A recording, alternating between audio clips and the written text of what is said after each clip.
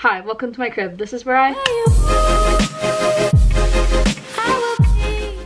have been using iMovie for a while. I've learned tips and tricks and ways to make iMovie not look like iMovie, because let's be honest, who wants to pay for an expensive editing program that will just make your life easier? You know, why not make your life a little bit harder and use iMovie? I just need to figure out how to screen record because I can't remember at the moment. I'll have everything linked down below. There are a couple things about editing with iMovie that you should know if you want to make your videos look more professional or like more aesthetic, like most YouTubers. So these are some things that you should not do when you're editing with iMovie. One, don't use the text that's in iMovie because it looks cringy, and the second that someone sees the text pop up onto the screen, they're gonna know you used iMovie. The next is don't use the transitions in iMovie. Don't use transitions in between your clips if you're vlogging, or even if you're editing like cinematic video, make transitions when you're filming. Don't use any audio that is in iMovie. Another thing you don't want to do in iMovie is have a lot of Ken burns. Those are very like iconic, ooh, that's an iMovie move. So the first thing I'm going to show you is how to get music into your videos. There are a couple options to do this. First, you can go to Audio Library. Audio Library has a bunch of different sounds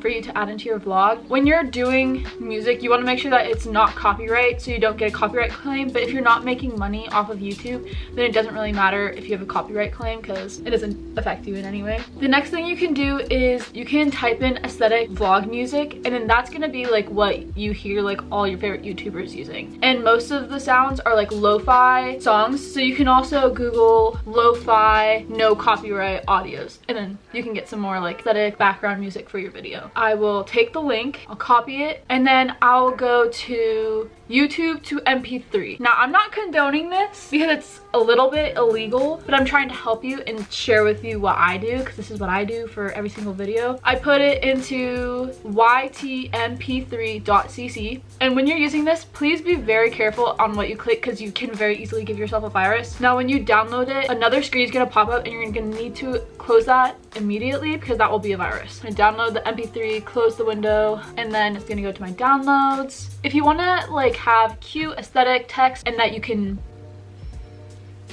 maneuver to look different and be put in different places, this is what you're gonna do. You're gonna go to Google Drive, and if you don't have Google Drive, make an account. It's free. You get like 16 free gigabytes, and that's a lot for Google Drive. Then you're going to go to the new button, hit more, and then Google Drawings will pop up, and you're gonna hit that. Google Drawings is going to be your saving grace. This is where you're gonna do all of the artistic extra things. Now that you have Google Drawings open, you will need to edit the layout so that it's for a YouTube video. So you're gonna go File, Page Setup, Custom. You're gonna type in 21.33 times 12 inches and hit Apply. And that's going to be the length of your standard video screen. For text, you can hit Insert, and then you can do word art, which is debatable. I don't really like using word art because it is kind of hard to manipulate, especially if you have a lot of words you're working with, or if you want to like have things consistently the same size, it's gonna constantly change. So I usually use the text box, drag it, and you're going to highlight, and I like to use the font Georgia, hit bold, and then I usually do all of my text to be white. The only thing with that is that then you can't really see it, so usually I like to move it to where I think I want it. And now you're gonna hit File, and you're gonna go to Download and download it as a PNG. So now that we have downloaded it, we are going to, and then we're going to overlay it onto our video. Drag and drop it onto our video. Now I'm going to show you how you get the aesthetic pictures on the screen, because if you do this in iMovie, it's just going to be one picture with like a white background. And so I'm going to show you how to do this in a way that's more aesthetic. So what we're going to do is we're going to hit Insert, Shape, and then we're going to do a square, and you're going to drag and drop it to be the exact same size as the screen. And then once that's done, we're going to make the border transparent, and we're going to choose our color. And so my favorite color is green, and so I usually go to green, and then I hit Custom, and then you can mold the green to be however you'd like it to be. We're going to take our images and we're going to drag it and drop it onto the video, and you'll want to make sure that these are in a certain format like JPG, otherwise you can't insert it into Google Drawings. And if that happens, what you can do is you can take a screenshot of the image and then upload it, and then that should work. And you can really just mold this to be how you want it to be. You can add text onto the sides and turn it so it's vertical right along here, or you can even add a shape into the background, and if you want to do that, I'll show you how. So we're going to add a shape so that there's like a little bit of a border and it looks a little bit more aesthetic. I'll double that so that there's 2 of them. And then what you're gonna do is you're gonna select both of them, and then you're going to do help, and you're gonna do send backward. And then you're gonna do that again. If you do send to back, it'll be put behind your border, and you may not really want that. And I'm just going to center it. So now that you have your images, you're gonna do the same thing where you hit File, Download, PNG. And then once that's saved, so we're going to crop it to fit, make sure that it's not moving, but we're trucking through. And then again, we're gonna come here and we're gonna do fit. And then then we have our aesthetic like pictures on the screen. Another thing I see a lot of YouTubers doing is each word pops up individually, and then there's like a typing audio behind that. And so I'm going to show you what they're doing. So you can do this one of 2 ways. You can do this with a background and it could be typing out something, or you can do it where it's just the text and it's over your video. We're gonna do my name. So we'll start with the E, and then you do File, Download, PNG. Once it's downloaded, you drag and drop it into your video. And then once that's done, you do the L, File, Download, PNG, drop into your video. I. And then you just keep doing that until you have the full sentence that you're wanting in your video. And then after that, what you would do is you would just go into YouTube. You would Google aesthetic typing sound. So you'll find an aesthetic typing sound video.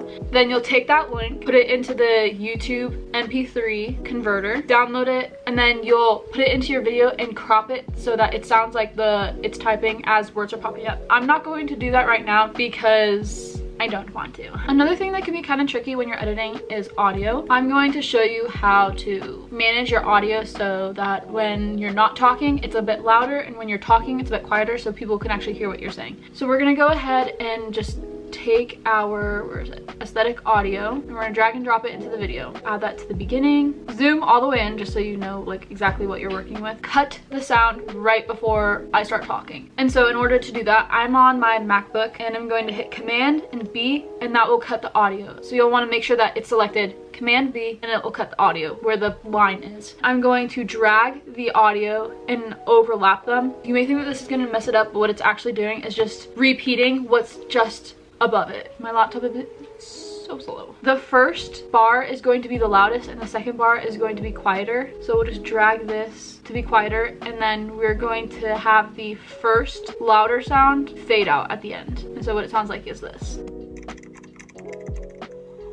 So for the next new thing, so it just slowly decreases, and then while I'm talking, the music will play and it'll be quieter. And that's how you mess with your audio. The last thing I want to talk to you about is thumbnails, because I see so many people just using all of these like expensive editing programs and you need an iPad and a pen and blah blah blah, all that. In reality, you don't need that. I'm going to show you how to get an aesthetic thumbnail. I'm going to select 3 photos that I want to be in the thumbnail, and I'm going to add them to an album just because it makes it easier. You don't have to add it to an album. Now there are like 2 different ways that you can do thumbnails. The first way is where you have 3 pictures lined up next to each other. So now you're going to go into Instagram and you're going to act like you're going to make an Instagram story. You're going to select just a random picture, select a color that you like from that picture, hold down on the screen so the whole screen is that color. Go back to your photos and you're going to hit the thumbnail and you're going to copy the image. You're going to go back to Instagram, paste it, and then you're going to turn it so that it is covering the screen. And you're going to do that until